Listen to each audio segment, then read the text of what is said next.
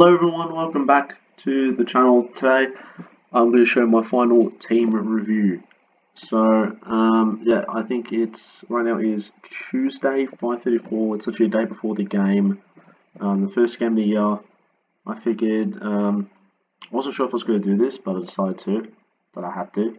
But yeah, so just we'll go through every pick. I'll explain every pick. There's a bit of controversy in this team, specifically in the defense, that you'll eventually see that you won't like. Feel free to skip through, but if you want to stay and actually hear my explanation. Yeah, straight into it. Tom Stewart. I've decided to not go Lloyd this year, because he did not have a good preseason. I mean, it's not like Stewart did either. He didn't play the enemy community, but I had Stewart last year. He was great. But yeah, Stewart was really good last year. Lloyd wasn't good because of Dawson, so you take away Dawson, but then you replace it with the new guy, Nick Blakey, which apparently hurt him in the community. The thing is, I'm probably buying too much in the community, but he hasn't had the best preseason.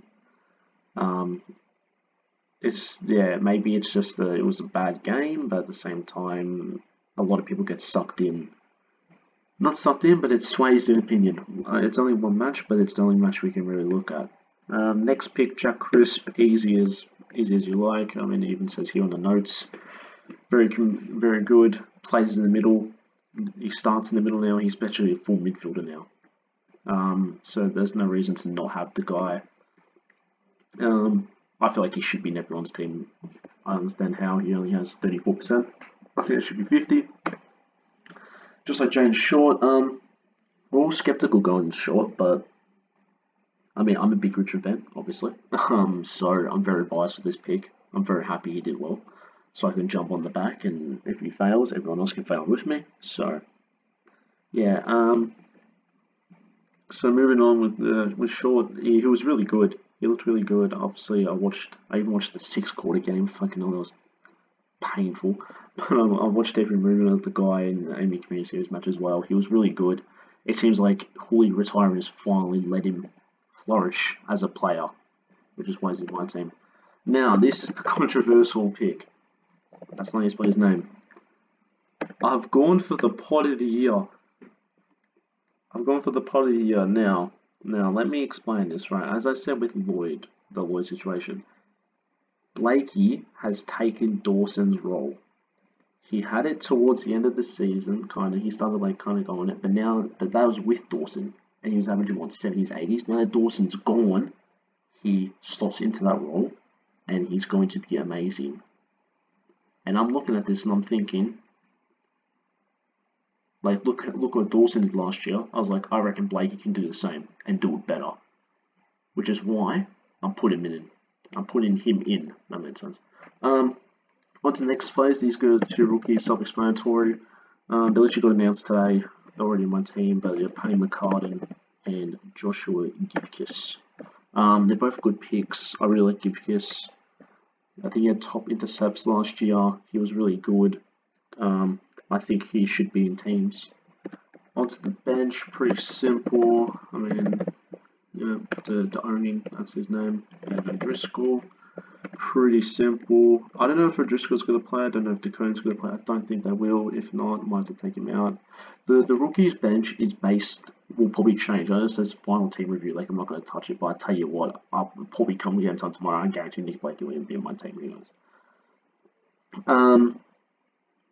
But yeah, with the bench players, they could change. As soon as someone gets announced and someone doesn't get announced, like if Dakota doesn't play and then Rory Thompson gets named, well, I'm going to put Thompson. Simple. And leave it for later. And then he'll probably debut round 2 because he's big. But yeah, so that's the defense. I like it. I think it's good. Just keep in mind that, like, if you're thinking, oh yeah, where's your cash going? It's like you're not gonna have any cash left over. No, I'm not. No, I'm not. I'm not even gonna have at least 10k, because the thing is with this year, a lot of mid prices that hopefully are gonna be primos. So with my team, I'm hoping I only need 8 upgrades, and with that 8 upgrades, 35 trades. I mean, I'm gonna have like 20 left over. So we can afford to have no money in the bank at the start, because we can do double downgrade, upgrade, and we'll be fine. Not that I recommend that, but yeah. Onto the midfield. I mean, these three are self-explanatory. 1, 2, 3 top midfielders. I had Oliver, but then Took's game really, what's it called? Really impressed me. I was really impressed by another man, but at the same time, I'm not a fan of the pick. What I'm about to say. Well, I mean, this one I'm a very big fan of. I don't know why, but just something about him has hooked me. That game against Collingwood, I know it's Collingwood, and usually they're very easy to get points against, like Richmond. But this guy was really good. He was really good. He got like 40 touches or something. Easily the best player of the community series. Really impressed me, and that's why he's in my team. And I know everyone's going, why are you not going Oliver? Because I think Jelly can do the same as Oliver for 100k less. I'm putting it out there. He averaged 107, but the first 8 games he didn't even get 100 until he got moved back to the midfield, which I hope he does. Because if you learn Cameron, if you put him back in the form, I'm gonna lose my shit. But yeah. The next one, I mean, this. Before I don't like the pick. I don't like it, but it's too much of a risk to kind of not have him at this point because he had a phenomenal game. So it's time to get him in. And it's Mr. Marrell. He's nearly owned by half now. Well, no, I'm not going Neil. I'm not going Neil. I can afford without him. I don't care about Neil. He can do what he wants. Don't care. Don't trust him. But Matt Rowell, I mean, he had. Look at his stats. You feel like he could have done better. He had like 27 touches, I think 18 contested, and like 7 tackles. Only got like 120. Like, I feel like 7 tackles, that's 4 for a tackle with like 3. That's probably like 30, 40 points just there. So you're telling me he got 27 touches and only got like 80 points off the touches. It's like, is that good? Is that bad? Like, I don't know. But I've heard a lot. They're saying, even here it says, this is the form, this is what he looked like. But at the same time, I'm thinking, is he going to get tagged? Because that's what happened in that Geelong game where he got injured. He started getting tagged. He had the crap start, obviously, then he got injured. But then you have, are they going to tag Took Miller or do they tag Rowell? And if they tag Rowell, we're fucked. Because he's never dealt with it before. You don't know how he's going to react. See, here's the thing. Now I'm talking myself out of it. But we'll figure it out later. And obviously, I mean, you know who it's going to be. You know who these 3 are going to be. The number 1 pick, number 4 pick, and whatever order. Number 6 or something? I put Josh Dacos. Oops. Did not put Josh Dacos. Nick Dacos. Obviously, they're locks. They're locks. If you don't have them, there's something wrong. Whether it's on the bench or not. I've seen a lot of people put like Ward and Stevens on the bench. But for me to make my team affordable, I cannot do that. So I'm going Saligo, who's apparently could make his case. McDonald, who's has been impressive.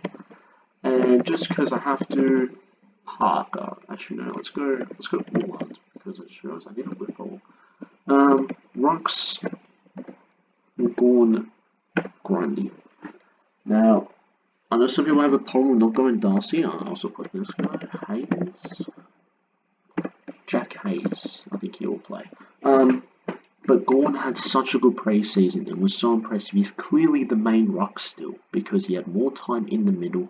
He had more hit-outs. He had more everything compared to Jackson. And even when he goes off forward, he can be dangerous and get points. He was, I mean, you can probably say here, set and forget, yeah, clear first choice. Starting with confidence. And then Grundy is, I think he's finally got a midfield support that can help him. Like they've developed. They finally figured out everything. Which is why I've gone for him. Like, they finally have a midfield that can support him. Instead of doing, I'm going to do a hit out to advantage and then my player's just going to fucking drop it or something, or get tackled or something, and then he loses points. So, I mean, I'm sure it says it here in the notes. There's no so good to look at. I mean, I wouldn't go straight off them, but they're handy. Going to do exactly what we saw for him, very handy. 2 rocks as well, and that's what he's still on the LD zone. Now, onto the, he'll be in my team. I'm telling you, he will.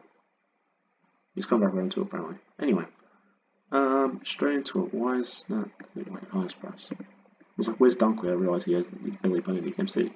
Obviously, Josh Dunkley is your F1. If he's not, you're dumb. So he's my F1. And then I'm going for, obviously, the next one is Zachary Butters, who had has honestly had one of the best preseasons out of everybody so far. Got 160 in intra-club match, or the practice match, and then got like 120 in the Amy community. So, I mean, there's no reason to why you shouldn't have him. No reason you should have him. And then it's just kind of standard. Going Cogs. Now, I've got Will Brody. I know people are a bit skeptical because of the whole, hey, you know, what happened? You know, he, what's his name? Before I go into Ralph Smith regime. So, you know, Five's coming back. That's going to be a big issue. I still think he'll do well. Will he spend less time in the middle? I don't think so. I think they'll just work around it. I mean, it's like, if you have a rookie in there, okay, just bin him. If it rotates a bit, okay, it rotates a bit. At the end of the day, the guy's 220k. He can average 80, 90. I could not care less. Because then at the end of the day, if I can upgrade him to someone better, I upgrade him to someone better. Simple. Now onto this pick. This has bias. I still don't know officially where I'm going, him or Sherry. It depends on Sherry. It depends on what is he? Is he the number 1 ruck, number 2 ruck? Is he not even going to play? Is he just going to be a forward? What is he going to be? If he's number 1 ruck, 100% he's in my team.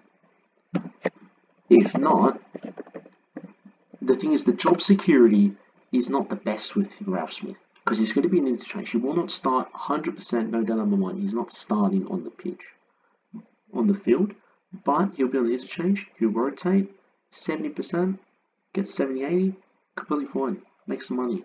As long this one's more of a making money. You know, he might be 20 and like 60k less than these guys, but he's not staying that whole year. If this guy's make money because he's a good option and dip, you know. So yeah, and then the last pick, obviously, Rochelle.